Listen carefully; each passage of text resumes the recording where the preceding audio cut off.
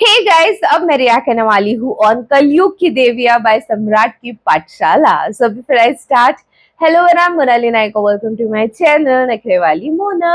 और अगर आपने मुझे अभी तक सब्सक्राइब नहीं किया होगा तो please do subscribe my channel.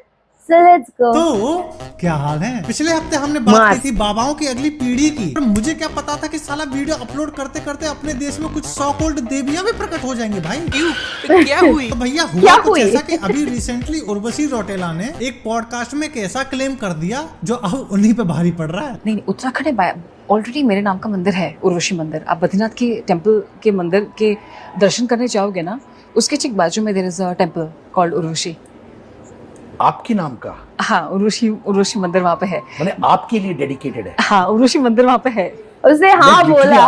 हाँ, उर्वशी मंदिर वहाँ पे है। डेडिकेटेड है, हाँ बोली। ये तो हमको पता है, पर इतना गुरु ये नहीं पता था मेरे को। अरे तुमने अपने जीवन में अभी तक कौन से परोपकार के काम कर दिए जो तुम्हारे मंदिर बनने लगे? मंदिर बन। हाँ, माना बद्रीनाथ के पास एक उर्वशी माता का मंदिर है, पर जस्ट बिकॉज कि तुम्हारा नाम उर्वशी है तो इसका मतलब वो मंदिर तुम्हारा हो जाएगा। तुम्हारा हो गया। अगर बाई चांस इसका मंदिर होता तो उसमें आरती कैसे होती? देखो, या तो ये बहुत स्मार्ट है या फिर एक नंबर की बेवकूफ है, लेकिन मेरा जहाँ तक मानना है ना, ये मैडम एक नंबर की शातिर है भाई साहब। इन्होंने कर लिया है सोशल मीडिया का गेम क्रैक। इनको एग्जैक्टली पता है कि भाई साहब लाइमलाइट में कैसे बना रहा जा सकता है। इसीलिए ये मैडम कभी बहुत मैच देखने शातिर पहुंच जाती हैं, क्योंकि इनको पता है कैमरामैन ठरकी होता है।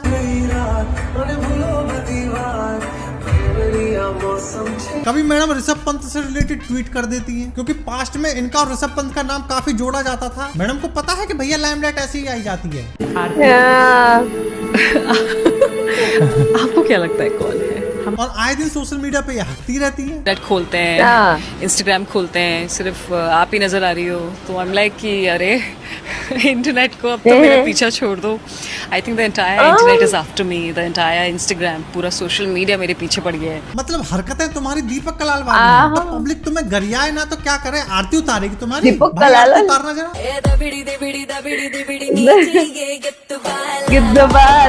भाई साहब, उर्वशी को लगता है कि ये दुनिया इसी की वजह से चल रही है। ये जो ग्लेशियर वगैरह पिघल रहे हैं ना, वो इसी की देन है। मतलब इतनी सेल्फ ऑब्सेस्ड औरत मैंने अपने जीवन में पहली बार देखी है भाई साहब। I think Urvashi Rautela is number 1।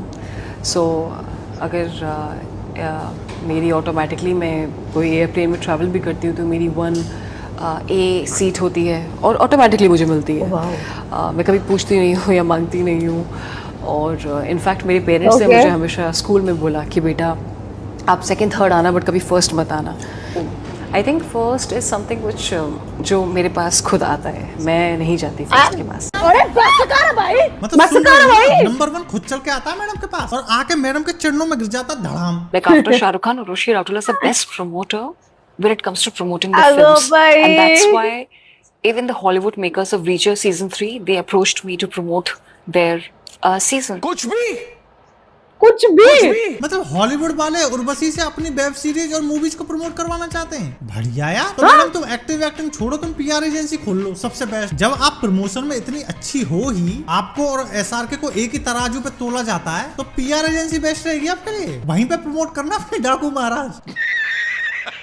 वैसे जब आप एसआरके को अपने से कंपेयर कर रही हो ना, तो हम आपको एक बात बताते हैं, एसआरके ने अपने जीवन में बहुत कुछ अचीव करा है, पर ऐसी बकैती नहीं करी उसने। और आपने गिनती की 20 फिल्में तो करी नहीं है, और आपके हिसाब से हर चीज हिस्ट्री में पहली बार ही होती है।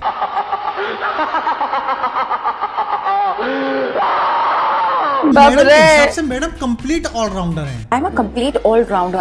I do sing, I do perform, I do dance shows, all internationally, everywhere. तो आइए देखते हैं मैडम के कुछ नमूने डांस। ये तो हर एक्ट्रेस ये कर लेती है, ऐसी बात नहीं। सुंदर हो ना, सुंदर लड़कियों को माफी देता हूँ मैं। अब मैडम के गाने का नमूना देख लेते हैं।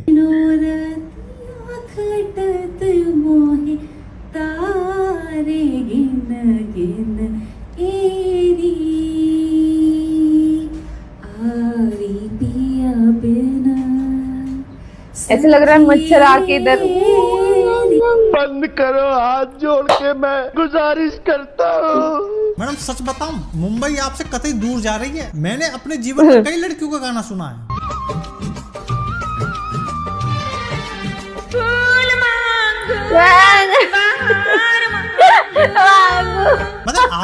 इतना बुरा नहीं था लेकिन बढ़िया भी नहीं था। मतलब सुंदर हो तो कुछ भी सुनाओगी। दिक्कत तो यही है ना साला, मैं सुंदर लड़कियों की बात मान लेता हूँ, माफ कर लेता हूँ। भाई साहब और मैडम ने नहीं तो कर लिया क्या। है सोशल मीडिया का गेम क्रैक। मैडम को एग्जैक्टली पता है कि क्या क्या चीज करने से लाइमलाइट में बने रह सकते हैं। मतलब आप मैडम से कुछ भी पूछो, ये सुनती वही है जिसका इसको जवाब देना होता है। जैसे देना है, और हाँ। मैडम पड़ोस में आग लग गई। डाकू महाराज did 200 crores का box office collection. Madam Salman Khan ने ऐश्वर्या राय से शादी कर ली। डाकू महाराज did 200 crores का बॉक्स ऑफिस कलेक्शन। मैडम सम्राट की पाठशाला के 10 मिलियन हो गए। डाकू महाराज did 200 crores का बॉक्स ऑफिस देवा। कलेक्शन। यहाँ पे क्या हो रहा भाई? मतलब ये क्वेश्चन सुनती ही नहीं है भाई साहब। मतलब इंटरव्यूअर नहीं। क्वेश्चन पूछता तो है पर वो क्वेश्चन इनके कान तक नहीं पहुंचता है। इनको नहीं हर पहुंच चीज में पाता डाकू है। महाराज घुसेड़नी है भाई साहब। चोर उनके घर में घुस गए, उनको चाकू भी लगा, हॉस्पिटलाइज है। मैंने अभी पढ़ा कि अभी वो फाइनली ठीक हो गए हैं, but it is very unfortunate. कितना ज़्यादा देखभाल करना पड़ता है। अभी आप खुद ही सोचिए, डाकू महाराज की 100 करोड़ 105 करोड़ की सक्सेस के बाद मैं अबे यार, उन्होंने ये मुझे वाला गिफ्ट interview। की diamond studded Rolex, and my father ने मुझे ये मैंने हाथ में पहनी हुई छोटी सी मिनी वॉच गिफ्ट करी। ये हाँ, इट इज़ अ गिफ्ट। अभी 100 करोड़ 105 हमने पार कर दिया है, तो it is just a gift. But then हम नहीं। कॉन्फिडेंट नहीं फील करेंगे बाहर ओपनली या कुछ भी। भैया इनके अकॉर्डिंग डाकू महाराज पिक्चर नहीं है, त्योहार है। और इस साल की इकलौती हिट फिल्म, सबसे ज्यादा हाईएस्ट ग्रोसिंग फिल्म डाकू महाराज ही है इनके अकॉर्डिंग। बाकी सब कुछ movie नहीं। flop है। हट बूम। आई थिंक अगर कियारा अडवाणी की गेम चेंज और डिजास्टर हुई है और हमारी लाइक मेरी डाकू महाराज ब्लॉकबस्टर हिट हो गई है, तो it is not my mistake. सच सच बताना, तुमने देखी डाकू महाराज? अबे कब लगी थी ये? मैंने तो आज तक कहीं नहीं देखी। भैया जहाँ जा रही है डाकू महाराज, डाकू महाराज, डाकू महाराज। अबे इतना कॉन्फिडेंस ला कहाँ से रही है यार ये? I love the confidence. कहाँ से आता है इतना सारा कॉन्फिडेंस?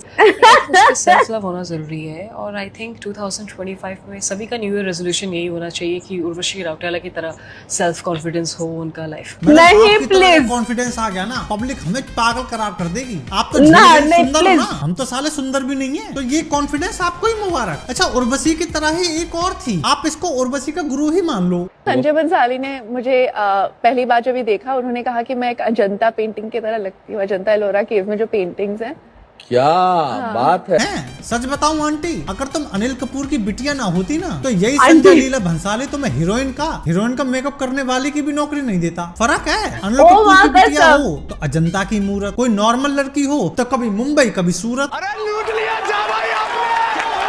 वाह वाह वाह वाह वाह, वाह। क्या राइमिंग हुई है भाई। Thank you.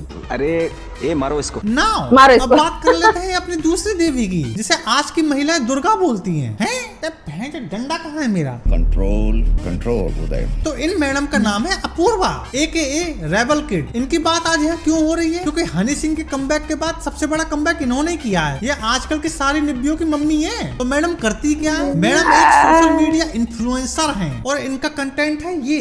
बहुत उल्टी आ रही है। छोटा सा हाँ, फिर अंदर जाते ही पानी। बाजू में बैठे हो देखो, जाते ही पानी। वो ज्यादा इन्फ्लुएंस कर रहा है इसको। ले 150 ही रखे उससे पे तेरे लिए। यस, 2-3 बूंद तो थी। एक बूंद भी नहीं थी मैं। तीन गिरी है। जो हरकतें मैडम खुलेआम ऑनलाइन कर रही है ना, तो जैसे आजकल की निब्बियां और मॉडर्न महिलाएं फ्रीडम समझ रही हैं, वही चीज अगर कोई लड़का करता है ना, तो उसे समाज में आवारा घोषित कर दिया जाता है। और ये फैक्ट है। मैडम का दूसरा कंटेंट लगाओ। I would like to tell you कि मेरी कैसे लगी। मेरे किसी एक रिश्तेदार के पास फेक आईडी थी जिससे वो मुझे फॉलो करते थे। उस फेक आईडी से उन्होंने मेरी बिकनी में पिक्चर्स देखी and that person called my mom and told her कि तुम्हारी बेटी ब्रा और पैंटी में फोटो डाल रही है।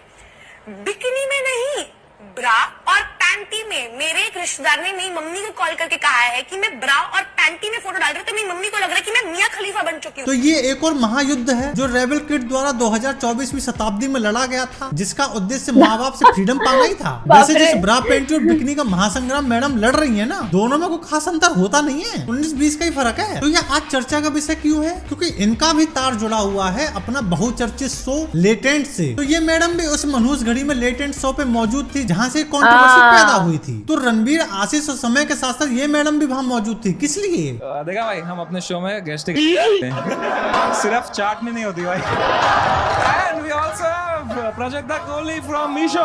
प्राजक्ता कोहली कभी समय को मुंह पे बहन का बोलती है। बट कैसी है Apoorva, how are you feeling? बढ़िया हूँ, एकदम तैयार हूँ मरवाने के लिए तुमसे। नहीं, आई हैव बेटर टेस्ट। तो मैडम मरवाने ही गई थी और जब मर गई तो मैडम पे झिला नहीं। फिर हमारी मॉडर्न झांसी की रानी सोशल मीडिया पे आकर अपना दुखड़ा रोने लगती है। देखो जो हुआ गलत हुआ। एज ए क्रिएटर मैं भी समझ सकता हूँ इसकी प्रॉब्लम। हमें भी आए दिन गालियां पड़ती रहती है। इवन जब गालियों से शुरुआत हुई थी तो अपनी इस जर्नी में हम तो ये चीज सीख गए कि भैया इग्नोर कैसे किया जाता है। और ऐसा भी नहीं है कि तुम्हें आज से पहले कभी गालियां ही नहीं पड़ी थी, क्योंकि जिस हिसाब का तुम्हारा कंटेंट है गालियां तो तुम्हें पक्की पड़ती होंगी। और तुम उम्मीद भी क्या कर सकते हो यार समाज से। भाई मेरे दादा ने मेरे पापा को रानी लक्ष्मीबाई के बारे में बताया था, उनकी बहादुरी के बारे में बताया था। मेरे पापा ने मुझे सरोजनी नायडू के बारे में बताया था, उनकी बहादुरी के बारे में बताया था। मैं अपने बच्चों को बताऊंगा रेबल किड की बहादुरी के बारे में, और जो उसने आवाजें उठाई थी, है ना, जो उसने आवाजें उठाई थी, और जो बरा पेंटी वर्सेस बिगनी का जो होल महायुद्ध उसने लड़ा था, और एक संग्राम में ऑलमोस्ट शहीद होते होते भी जीत हासिल की थी। ये कहानी मैं अपने बच्चों को कमन भाई क्या हो गया, गालियां ही तो दी हैं कि सोशल मीडिया क्या है। सोशल मीडिया पे रेप थ्रेट्स मिलेंगी और क्या मिलेगी, ये लोग कुछ कर सकते हैं। इनको इग्नोर करना सीखो, इसको अपनी पूरी पर्सनालिटी बनाओ। मैंने देखा पूरी पर्सनालिटी बना ली है उसने उस चीज को अपनी, कि मेरे को गालियां पड़ी हैं। इट्स ऑलराइट भाई, ये लोग गाली ही दे सकते हैं, इससे ज्यादा कुछ कर ही नहीं सकते। मेरी माँ बहन को रोज इतनी रेप थ्रेट्स मिलती है, वो बेचारी है भी नहीं सोशल मीडिया पे, तब भी उनको मिलती है।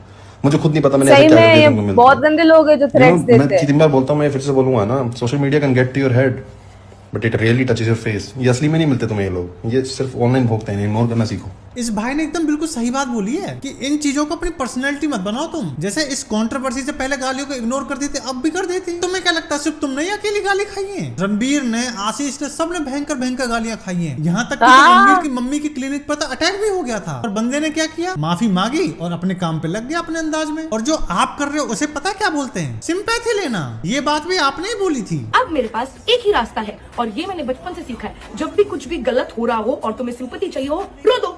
तो मैं रो दी।